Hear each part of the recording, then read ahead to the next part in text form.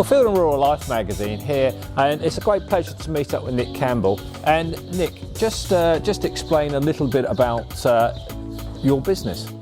I'm a 3-day event rider, so that involves dressage, show jumping and cross country. So I'm just going to prep this horse really for the weekend now. He's going to be competing at Highclere Castle on Monday.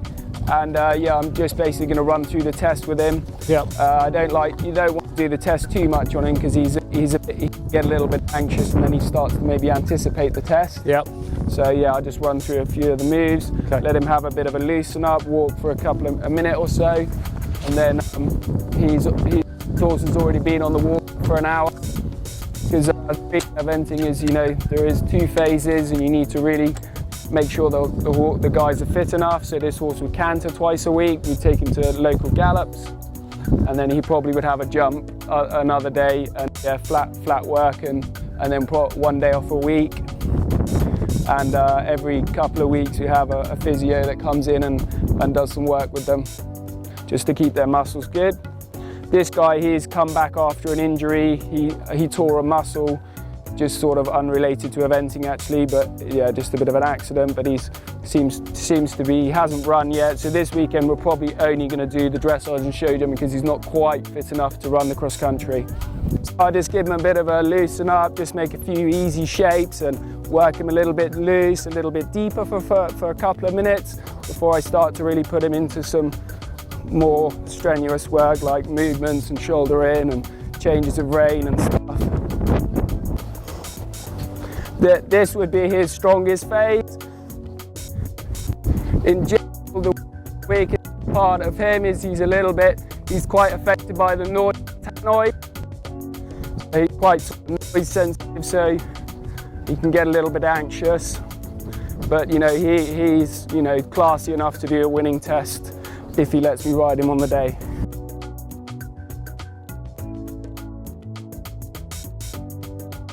He's a Hanoverian thoroughbred cross, which is a classic event breeding is a 3/4 Irish bred horse, but more and more because the sport's slightly changed, there are a more warm blood type horses coming, which is a continental horse. 12, are they coming into their prime? Yeah. This horse started a little bit late. Most of them would started at 5 years old. This horse didn't come into eventing. He was they were training to be a pure dressage horse until he was 7. Right. And then we changed him into eventing. So a little bit later, so that's why it's taken him a little bit longer to get to 3-star before he was ready. In your terms, when do they start coming into their prime? At what age? Till you know what really, if they've started as a 5-year-old, if you've got a really good horse, you're not going to probably know it before he's 8 or 9. Okay, we'll do a little bit of leg yield. I like to do a little bit of leg yield with them just before.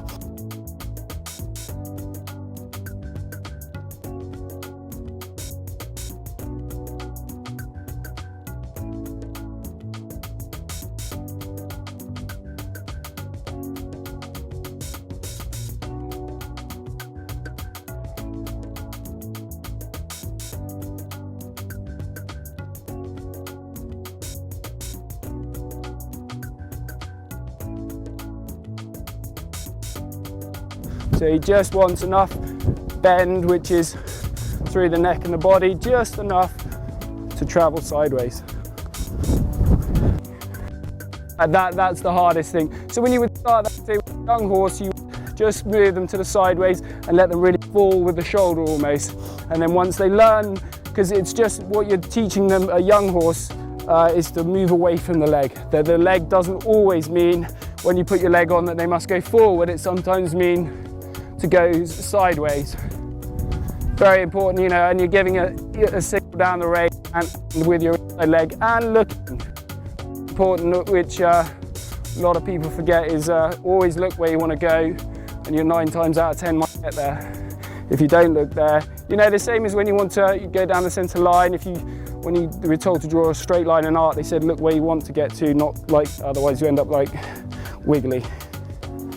Okay, we'll have a little bit more leg yield and then we'll do some shoulder in and then I'll run through the test.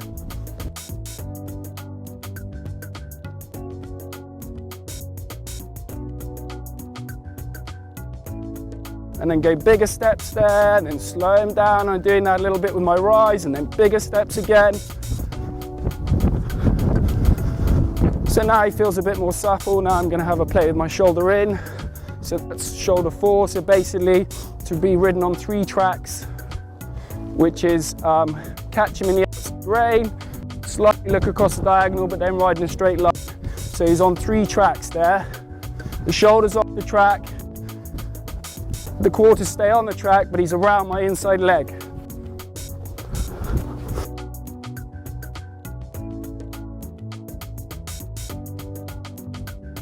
Forward just to get the power back in, because all those sort of moves tend to take a bit of power away.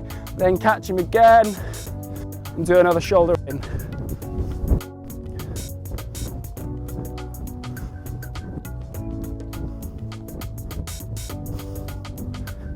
Then I'll change the rein somewhere, maybe put in a medium just to get him in front of my leg again.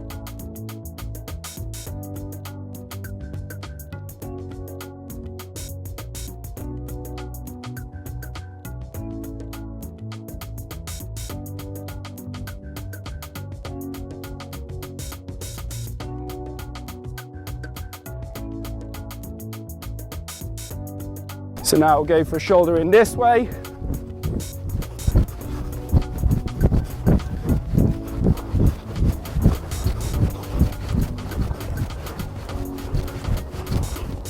Just fell off the track a bit there. Need to do another one of those. Slightly weaker this way. So normally if they're getting weakness or they're losing, it's normally coming from behind.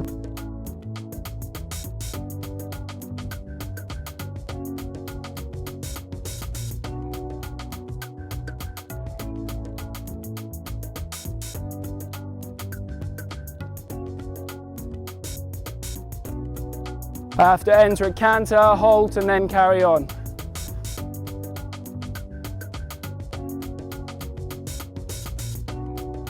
On the day there would be markers everywhere, there isn't here today.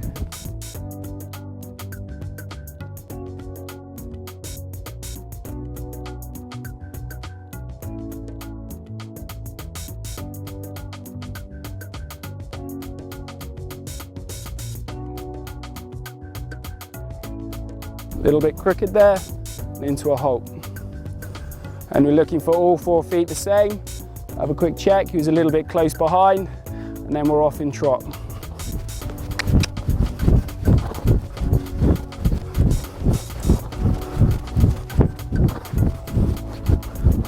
Then we go form the first medium.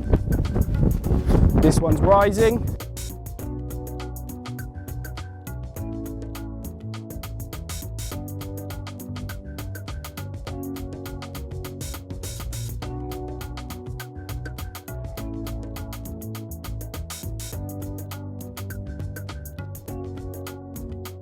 Sitting at C so they stood exactly where you are, and they would see exactly her straightness, and then we're into half pass here, which is opposite to leg yield. It's the more advanced movement. And then we do the same on the other rein. Most dressage tests are performed the mirror image on both reins, so they want to see how the horse is, so we're doing shoulder in here.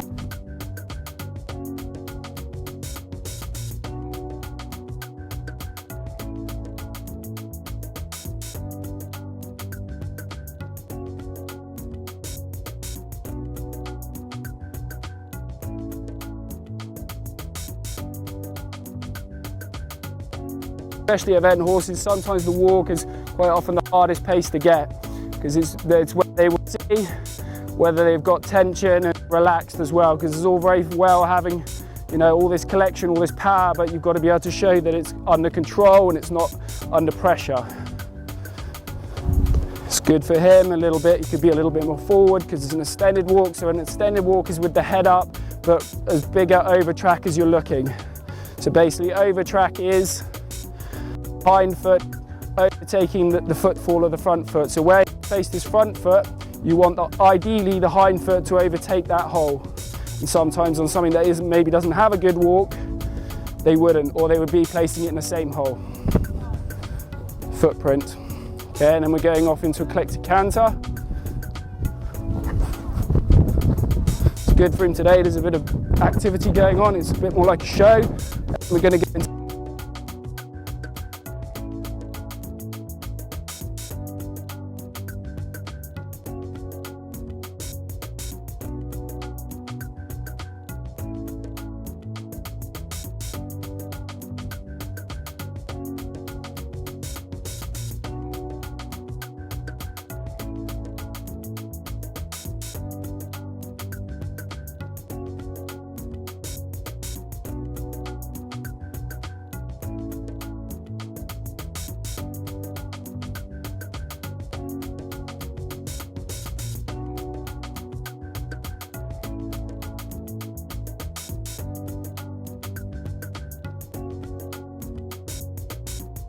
he thinks it's coming now, so he's getting a little bit like, oh, I want to do it early, I want to do it early. He's trying to anticipate me.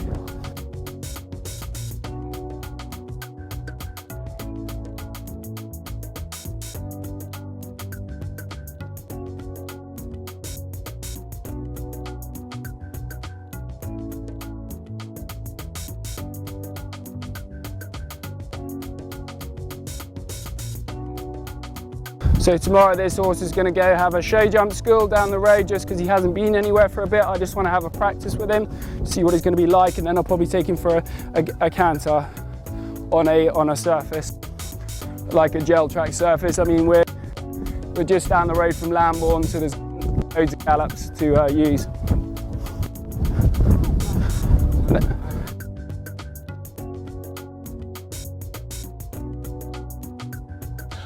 I've got 2 horses going to Highclere Castle on Monday, which hopefully are going to come and follow. Yeah, we're going to looking forward to that. We're meeting up with you there. Yeah, these 2 horses, Floyd, which was cruising Rangoon, the horse you just saw me work. Yes. And Trevenning, the other horse that was running at the Hartbury 3-star last weekend. Yeah. And they're both, one's in the advanced and one's in the intermediate.